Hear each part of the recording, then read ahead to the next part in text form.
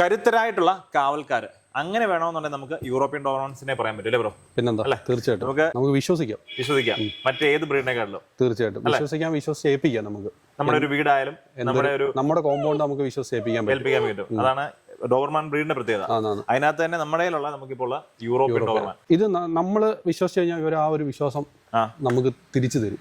ആ ഒരു ഇത് പിന്നെ ഇവരെ ഞാൻ പറഞ്ഞില്ലേ, നമുക്ക് എന്തൊരു കാര്യമായാലും നമ്മുടെ കോമ്പൗണ്ടോ കാര്യങ്ങൾ നമ്മൾ ഇല്ലാത്ത സമയത്തായാലും ഉള്ള സമയത്തായാലും നമ്മളെ ഏൽപ്പിച്ചിട്ട് പോവാം. ഓക്കെ, ഇപ്പൊ ഞാൻ തന്നെ ഇപ്പൊ ഇവിടെ പറഞ്ഞു കഴിഞ്ഞാൽ ഇപ്പം നമ്മളുള്ള ഒരു പ്രസൻസിലാണെന്നുണ്ടെങ്കിൽ ആർക്ക് വേണമെങ്കിലും വരാം, കുഴപ്പമില്ല.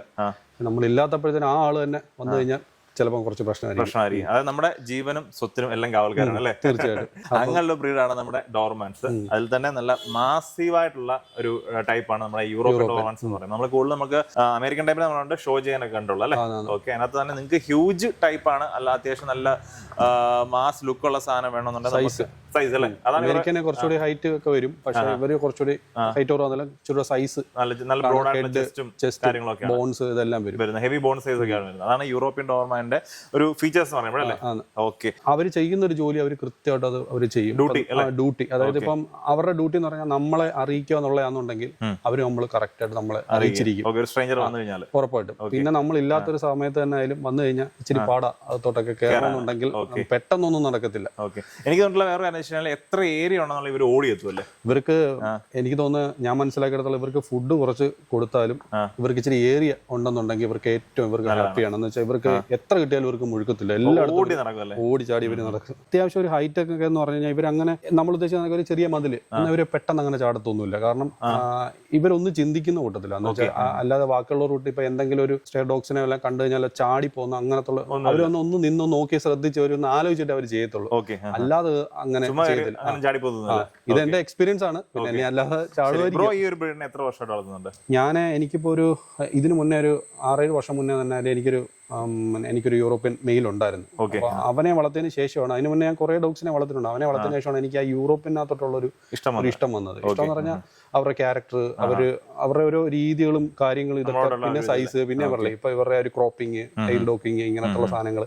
അപ്പൊ നമ്മളുമായിട്ടുള്ള ഒരു വിശ്വാസം, നമ്മൾ എന്തൊരു സംഭവം പറഞ്ഞാലും ഇവർ പറഞ്ഞാലനുസരിച്ച് നമുക്ക് ട്രെയിൻ ചെയ്യാം, എല്ലാം നമുക്ക് ചെയ്യാം. അപ്പൊ ഈവൻ വീട്ടിൽ കുഞ്ഞുങ്ങളുണ്ടെങ്കിൽ അങ്ങനെ വളർത്താം, ഇപ്പൊ വലിയവരുണ്ടെങ്കിൽ അങ്ങനെ വളർത്താം. അങ്ങനത്തുള്ള പ്രശ്നങ്ങളോ ഇതൊന്നുമില്ല. അപ്പൊ അവർ പറഞ്ഞ ഒരു പക്കമായിട്ട് ഒരു കേൾക്കും. ഇപ്പൊ നമ്മൾ ഇപ്പൊ അവർ കെന്നലിൽ കിടക്കുന്ന തന്നെയാലും ഇന്ന ആള് ഒരു സ്ട്രേഞ്ചർ വീട്ടിൽ വന്നു എന്നും പറഞ്ഞുകൊണ്ട് അവര് ബാർക്കിംഗ് ചെയ്ത് കഴിഞ്ഞ് കഴിഞ്ഞാൽ നമ്മളത് മനസ്സിലാക്കി കഴിഞ്ഞാൽ പിന്നെ അവർക്ക് വേറെ പ്രശ്നങ്ങളൊന്നുമില്ല അവർക്ക്.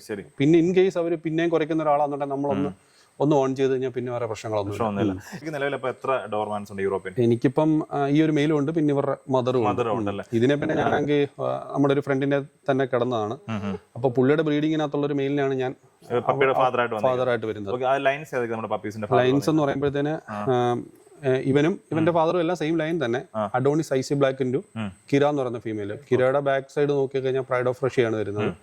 പിന്നെ അഡോണിസ് എന്ന് പറയുന്ന ഐസി ബ്ലാക്കിൽ അന്നത്തെ ഒരു നല്ലൊരു മെയിലാണ്. നമ്മളിപ്പോൾ ഇവിടെ ഉള്ളതിനകത്ത് തന്നെയാലും നല്ലൊരു മെയിലായിരുന്നു. അപ്പോൾ അതാണ് ഫാദർ സൈഡ് വരുന്നത്. ഫീമെയിൽ വന്നിട്ട് മാജിക്കൽ ഡബിൾ ഹെലിക്സ് എന്ന് പറയുന്ന നമ്മുടെ ഏറ്റവും അടുത്തൊരു സുഹൃത്തുണ്ട്, ജോസഫ് ടോം എന്ന് പറയുന്നത്. പുള്ളിയുടെ ബ്രീഡിങ്ങിനകത്തുള്ളതാണ് ആ ഫീമെയിൽ. ആ ഫീമെയിലിന്റെ ബാക്ക് സൈഡ് നോക്കി കഴിഞ്ഞാൽ മൊത്തം അമട്രാസ് ലൈനാണ്. നമ്മുടെ ഓസ്ട്രാൻ ഫ്രം ലിപ്പർലാൻഡ്, പിന്നെ നമ്മുടെ അഫ്രോഡിറ്റ ഡി ഓൾട്ടോബെല്ലോ, ഇങ്ങനെയൊക്കെയുള്ള lines super lines, strong lines തന്നെയാണ്. 100%, 100% 101%. കാരണം പ്യൂർ യൂറോപ്യൻ ബ്ലഡ് ലൈൻ മാത്രമേ അതിനകത്തുള്ളൂ. ആ ഒരു കോമ്പിനേഷനിൽ വന്നിരിക്കുന്ന പപ്പീസ് ആണ് നമ്മുടെ ഇപ്പോൾ അല്ലേ?